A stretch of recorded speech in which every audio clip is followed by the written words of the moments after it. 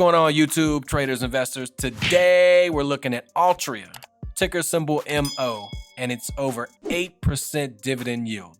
We're also going to look at the companies under the Altria Group umbrella, a few you might not have heard of. Let's get into it.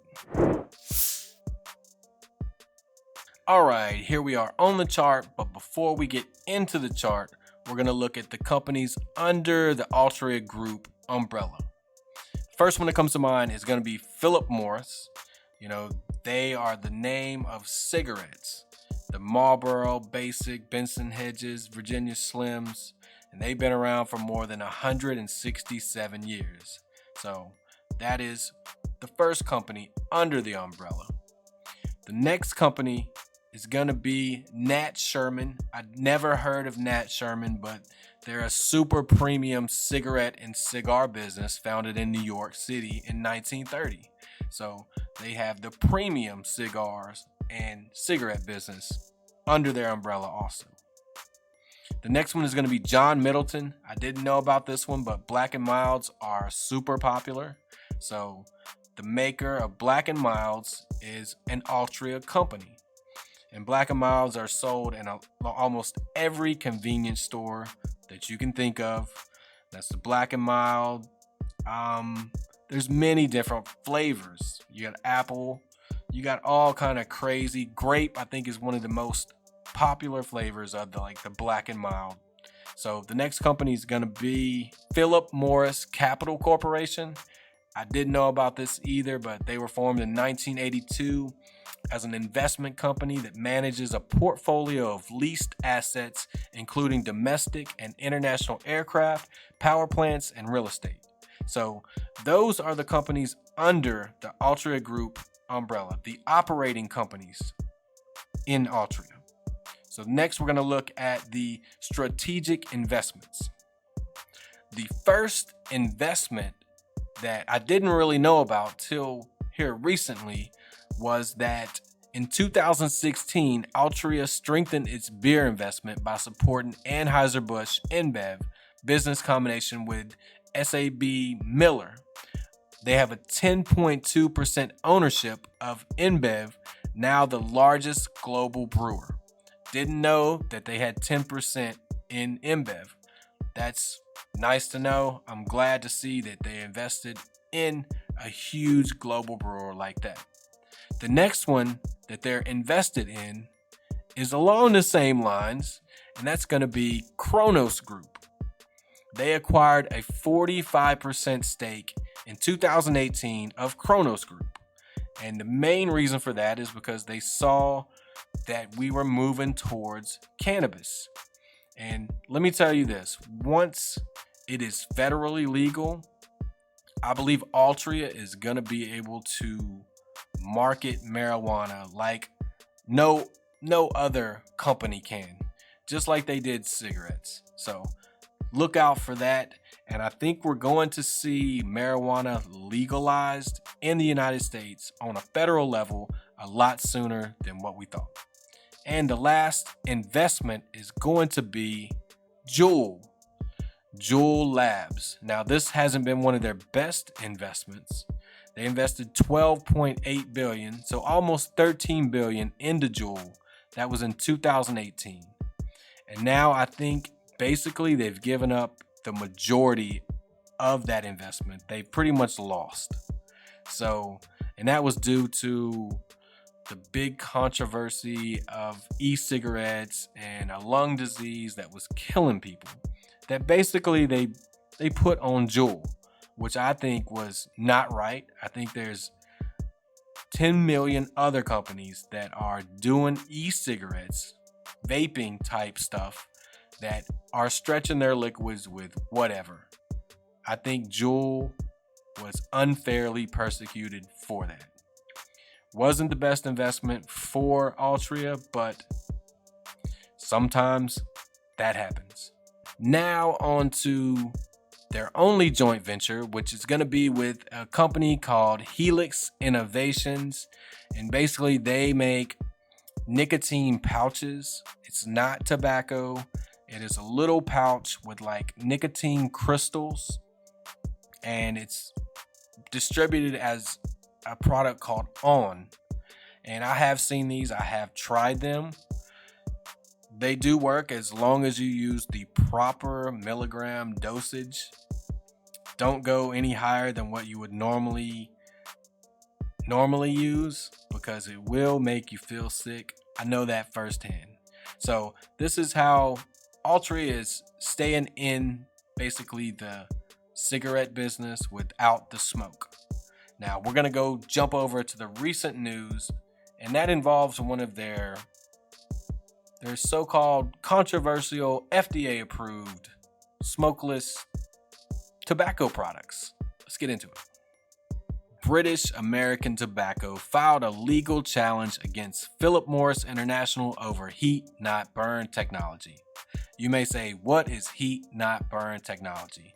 Well, Philip Morris has a product called IQOS that uses tobacco sticks in a little heater, basically, that just heats up the tobacco but does not cause combustion, and the vapors that are released from heating the tobacco stick is how the smoker or not smoker gets their nicotine. So the article goes on to say that British American Tobacco is suing its fellow tobacco company for patent infringement in the United States and Germany concerning Philip Morris International's IQOS. As Reuters reported, British American Tobacco, the parent company of Reynolds American Inc., filed 2 patent infringement claims in the U.S. against Philip Morris International, one through the International Trade Commission and one in the Virginia Federal Court, seeking remedies for damages caused and an injunction on importing the product. So basically, British American Tobacco feels that their patents were infringed, which these type of things happen all the time. Now, there's only 2 places in the United States that they're selling IQOS currently. That is in Virginia and I believe in Georgia. I want to say Atlanta and Georgia, somewhere that they're selling it. But primarily, IQOS is sold internationally outside the United States. So that's pretty much it with the article. The only other bit of news is that Citigroup maintains a buy for Altria Group, but they did lower the price target from 60 to 45. And I think we know why the price target was lowered, because of the current crisis that we're going through right now. I think you're going to see a lot of price targets cut, but there's still a buy. Until we find out more, there's just way too much uncertainty. So now we're going to jump over to Finviz, look at the dividend, and then we're going to bounce back to the chart. All right, here we are in Finviz, probably the best free stock screener available. Here's your chart that you see, but we're going to scroll down to the numbers. And the dividend yield percentage is going to be 8.21%, a dividend of $3.36 per share. Divide that over 4 quarters, you're looking at 84 cents per share per quarter. Pretty good. The next thing that we don't have here is the dividend payout ratio. I think it's about 76%, a little high, but Altria has been able to grow its dividend for more than 11 years. So I don't think it's an issue with it being that high. A couple other numbers, they're up almost 13% for the week. As we know, the market has been rallying. We're going to scroll down to the most recent upgrades or downgrades. April 1st, Goldman, they resumed their coverage of neutral. On the 16th of March, Morgan Stanley, it was an upgrade from equal weight to overweight, $49 price target. And January 31st, upgrade by Piper Sandler, neutral to overweight, with a $52 to $57 price target. So those are the latest upgrades or downgrades or neutrals. And we're going to go ahead and jump over to the chart now. Okay, here we are in the Thinkorswim platform. This is a 1-year chart, and this is presented by TD Ameritrade. So if you would like to use this charting software, all you have to do is open a TD Ameritrade account. You do not have to fund it, but once you've completed everything you have to do to open that account. You will be able to download this software. You can put it on your iPhone, your Android, or your PC. And I love the software, and I'm going to use it in every one of my videos. But here we go. As you can see, Altria hit a high for the year at $57 back in April of 2019. And then we traveled down from that till we consolidated right here from about, we'll say September to October of 2019. And then we took off, hitting the 200, getting rejected, coming back, breaking through till we got up here at about $51 and some change.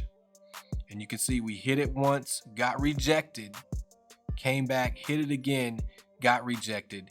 And right here, I believe on the 29th of January, they had earnings come out. It wasn't good. The guidance wasn't great. And you see the stock paid for it, coming back down to this long-term trend line.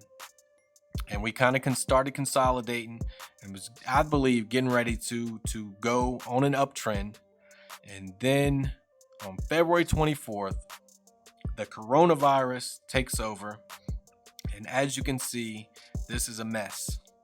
This right here is a mess. We had huge swings because the market was swinging wildly and violently, and all the way down to $30.95. That should have been the 23rd, somewhere around there, the 20th or 23rd, somewhere there. And then we've rallied back, just like with the rest of the market. But where we go from here, your guess is as good as mine. I really can't speculate on where the stock market is going from here. I did a video on the S&P 500.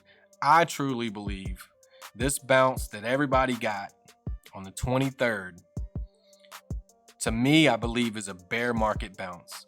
There is too much uncertainty in the market, and I believe that we're going to start seeing the effects on the economy very, very soon. You just can't bring your economy to a halt and expect to get back to normal. I don't see it happening. So I truly believe, I'm not bearish, but I think that we are entering a bear market, and we're not already out of this bear market and back in a bull market. It just, to me, it doesn't work like that. I've got money on the sidelines, so I'm waiting just to see if this is just a bounce and we're headed back down, or maybe we got everything right. The government is doing everything right. So we'll just have to wait and see.